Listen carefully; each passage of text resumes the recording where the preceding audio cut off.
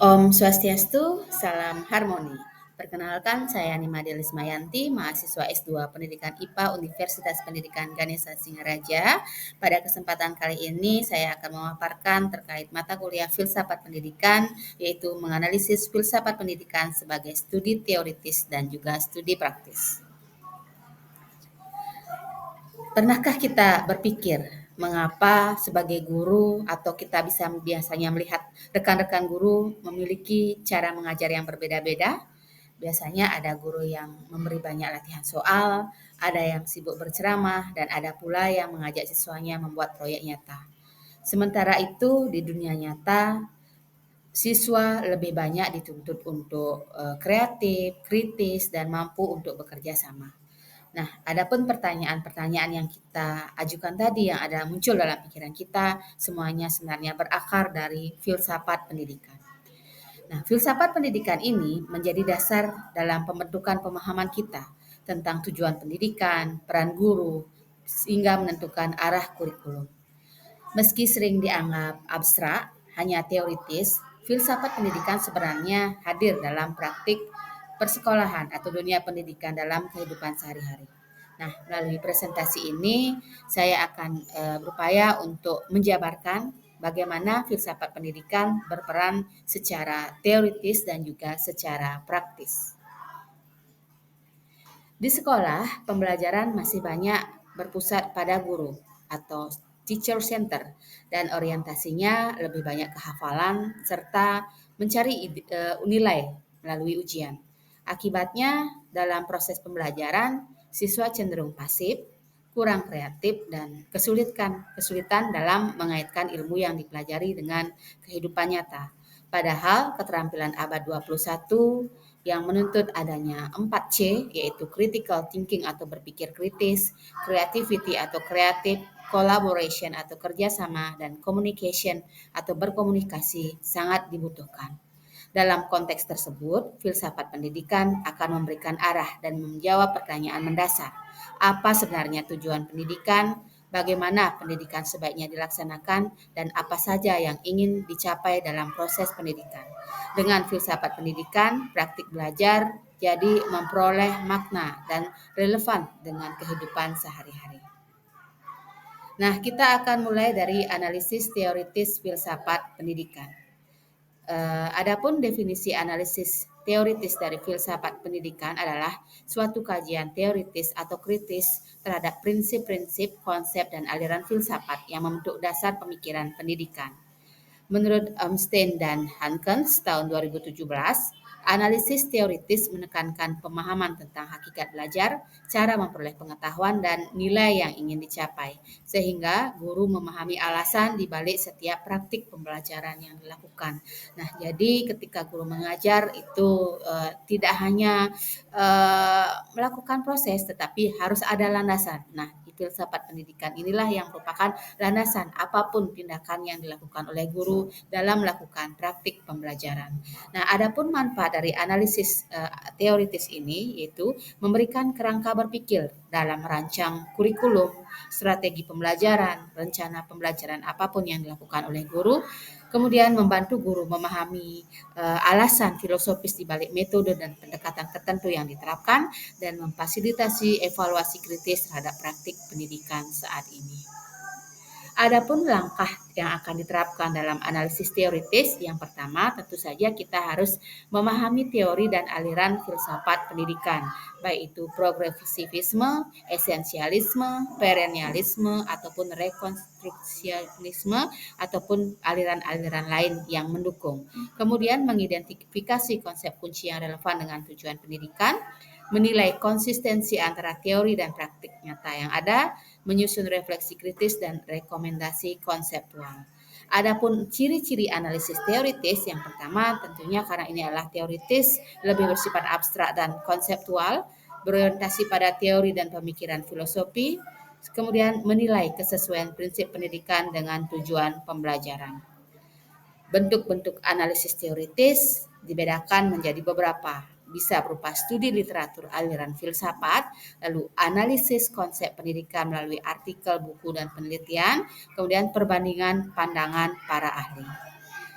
Adapun landasan analisis teoritis filsafat pendidikan terdiri dari beberapa. Yang pertama itu adalah ontologis, yaitu mencari hakikat manusia dan pendidikan, epistemologi cara memperoleh pengetahuan, aksiologi nilai dan tujuan yang diharapkan dalam proses pendidikan, historis filosofi, akar dari pemikiran dari filsuf klasik maupun modern, landasan psikologis yaitu teori perkembangan dan belajar yang digunakan sebagai landasan, kemudian sosiologi itu konteks masyarakat dan budaya. Adapun contoh analisis teoritis yang dilakukan dalam proses pembelajaran saya gunakan pada kasus penerapan Project Based Learning atau PJBL dalam pembelajaran IPA di SMK dengan proyek pembuatan ekoenzim dari limbah dapur. Adapun landasan teoritis yang digunakan yang pertama adalah landasan ontologis. Berdasarkan landasan ontologis, pendidikan dipandang sebagai proses untuk mengoptimalkan potensi siswa agar bermanfaat bagi diri sendiri dan lingkungan. Jadi dengan pembuatan ekoenzim ini mereka dapat mengetahui kebermanfaatan dan mengetahui potensi yang mereka miliki dengan pembuatan ekoenzim. Kemudian manusia dipandang sebagai makhluk belajar yang mampu berkembang melalui pengalaman nyata. Kemudian landasan epistemologi yaitu pengetahuan diperoleh siswa melalui pengalaman langsung, mengolah limbah menjadi produk. Project based learning mendukung konstruktivisme siswa membangun pengetahuan dengan mencoba, meneliti, dan merefleksikan. Kemudian landasan aksiologi yaitu kegiatan atau proyek ini mengutamakan nilai, yaitu nilai kepedulian lingkungan, kreativitas, dan tanggung jawab sosial. Tujuan pendidikan tidak hanya menghasilkan pengetahuan, tetapi juga karakter peduli dan solusi nyata terhadap masalah masyarakat. Lanjut lagi untuk analisis teoritis berdasarkan historis filosofi, yaitu kegiatan ini terinspirasi dari pemikiran John Dewey tentang learning by doing. John Dewey menekankan bahwa pendidikan seharusnya berbasis pengalaman nyata agar relevan dengan kehidupan. Kemudian secara psikologis, hal ini sesuai dengan teori perkembangan Piaget, yaitu siswa SMK berada pada tahap operasional formal sehingga siap berpikir abstrak dan menyelesaikan masalah nyata yang mereka hadapi. Kemudian landasan sosiologi yaitu proyek ekoenzim memberi manfaat nyata bagi masyarakat karena mengurangi sampah organik. Kemudian dengan pembelajaran menjadi kontekstual sesuai kebutuhan sosial dan budaya masyarakat sekitar. Nah, itu adalah landasan teorisis. Lanjut kita bahas terkait dengan analisis praktis filosofi pendidikan. Analisis praktis filsafat pendidikan menilai penerapan teori filsafat dalam praktik nyata. Fokus dari analisis praktis ini kita lihat dari proses pengajaran yang ada di kelas atau sekolah, menilai efektivitas, metode, dan strategi serta dampaknya terhadap pengalaman belajar siswa. Adapun manfaat melakukan analisis praktis yaitu memastikan pembelajaran bermakna dan kontekstual, mendorong siswa aktif, kreatif, dan mampu menyelesaikan masalah dan memberikan umpan balik dan perbaikan terhadap metode pembelajaran yang sudah diterapkan. Langkah-langkah dalam analisis praktis yang pertama itu observasi aktivitas belajar di kelas, identifikasi metode, media, dan strategi yang digunakan bisa melalui proses supervisi, evaluasi keterkaitan praktik dengan tujuan pendidikan, refleksi hasil belajar dengan respon siswa, rekomendasi inovasi pembelajaran berikutnya. Ciri-ciri analisis praktis yang pertama itu tentunya berbasis konteks nyata, kemudian berorientasi pada pengalaman siswa, dinamis dan adaptif terhadap kondisi kelas, reflektif terhadap kesenjangan antara teori dan juga praktik. Bentuk analisis praktik biasanya berupa studi kasus nyata yang ada di kelas melalui proyek siswa, kemudian observasi aktivitas belajar mengajar, refleksi guru terhadap keberhasilan dan kendala-kendala yang dihadapi dalam proses pembelajaran. Nah, landasan analisis praktis diantaranya yang ada landasan empiris, yaitu berdasarkan observasi nyata di kelas, landasan psikologis sesuai tahap perkembangan siswa, landasan sosiologis relevan dengan kebutuhan masyarakat, landasan kurikulum dan kebijakan selaras kurikulum dan juga profil lulusan, lalu landasan teknologis yaitu integrasi digital dan inovasi keterampilan abad ke-21. Nah, adapun contoh analisis praktis yaitu pada penerapan project based learning dalam praktik pembelajaran IPA di SMK dengan proyek pembuatan ekoenzim dari limbah dapur. Adapun landasan yang digunakan untuk analisis praktis yaitu landasan empiris. Guru mengamati proses siswa mulai dari mengumpulkan limbah, mencampur dengan gula, air, hingga proses fermentasi. Hasil nyatanya cairan ekoenzim yang bisa digunakan sebagai pupuk organik, kemudian sebagai pestisida, pembersih alami, dan berbagai manfaat lainnya. Kemudian landasan psikologis itu siswa belajar sesuai dengan tahap perkembangan remaja, senang bekerja sama dalam kelompok, mencoba hal baru dan ingin melihat hasil secara nyata. Guru memfasilitasi dengan diskusi, praktik langsung serta melakukan proses refleksi. Kemudian untuk analisis landasan sosiologi itu proyek membantu masyarakat sekitar mengurangi sampah organik. Siswa belajar bahwa ilmu di sekolah bermanfaat bagi lingkungan sekitar dan masyarakat.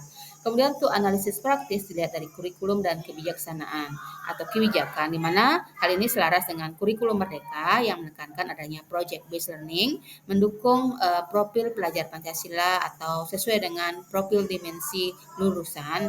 Kemudian secara teknologi, siswa menggunakan media digital untuk membuat video dokumentasi atau desain label produk dengan menggunakan Canva. Kemudian produk juga dipromosikan melalui media sosial sekolah. Nah, jadi berdasarkan apa yang disampaikan tadi, dapat kita simpulkan perbandingan dan integrasi teori praktik antara landasan analisis filosofi pendidikan. Jadi teori tanpa praktik beresiko menjadi abstrak, sedangkan praktik tanpa teori bisa kehilangan arah. Analisis teoritis memberikan dasar filosofi, sementara analisis praktis memastikan teori tersebut diimplementasikan atau diterapkan secara nyata. Dengan mengintegrasikan analisis praktis dan juga analisis teoritis, kita sebagai guru diharapkan dapat merancang pembelajaran yang bermakna, efektif, dan relevan dengan kebutuhan abad ke-21 sehingga dapat melatih keterampilan abad ke-21 yang terdiri dari kemampuan berpikir kritis, komunikasi, kreatif, dan kolaboratif. Baik, demikian yang saya sampaikan. Semoga apa yang saya sampaikan bermanfaat dan bisa dipahami. Terima kasih. Om Santi Santi Santi Om. Salam Harmoni.